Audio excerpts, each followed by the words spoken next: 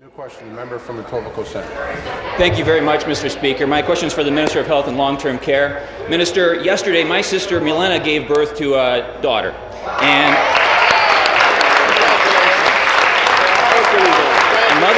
mother and daughter are healthy, and my brother-in-law Joel and my parents Don and Miroslava are thrilled to be grandparents. Having seen what my sister has gone through over the past 9 months, I know how important it is that women have the support that they need to ensure that they and their children are healthy. Very appropriately, today marks International Day of the Midwife. It's a day to celebrate midwifery and to reflect on the importance of midwives' work to the support to the health of women and babies around the world. Here in Ontario, women and families embrace midwifery since it was regulated in 1994, and the profession is growing in response to that demand, Mr. Speaker. In this spring, we will see the largest ever class of graduates from the midwifery education program. There are about 760 registered midwives and 30 Aboriginal midwives, Mr. Speaker. Minister, what is our government doing to support the important work being done by midwives across Ontario? Mr. Speaker, today is International Day of the Midwife, and I want to take this opportunity to thank Ontario's more than 700 midwives practicing in 100 clinics throughout the province for the incredible work that you do as a vital part of Ontario's healthcare team. But today, Mr. Speaker, I want to specifically thank Katrina Kilroy, Sarah Knox, and Tiffany Hayden, the 3 midwives from the Midwives Collective of Toronto who were responsible for bringing my son, Reese, who will be 10 in a week's time, into this world. Mr. Speaker, you see, my wife, Sam, and I, both of us being medical doctors, we decided to have a home birth. One of the truly best decisions we have ever made.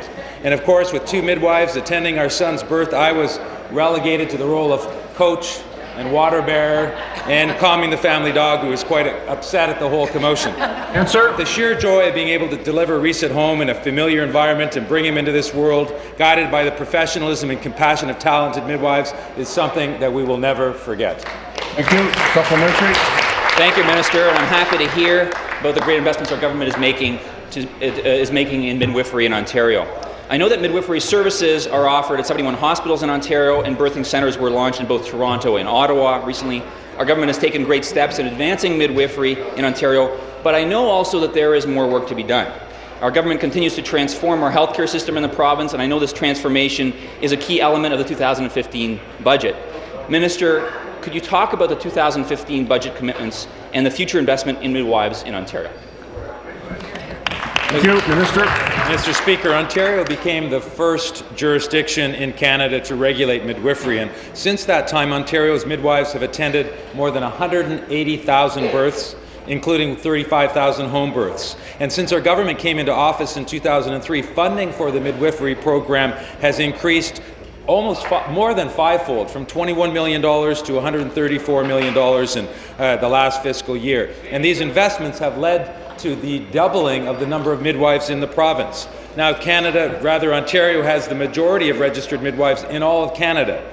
But the member from Etobicoke Centre is right. There is more work to be done. Together, working with the Association of Ontario Midwives, our government will be expanding our support to grow the number of Aboriginal midwives in Ontario. We're serious about this commitment. We referenced it in the budget, and we look forward to launching this important program in the coming months. I'd like to once again thank our midwives for all of their hard work and dedication to Ontario's families.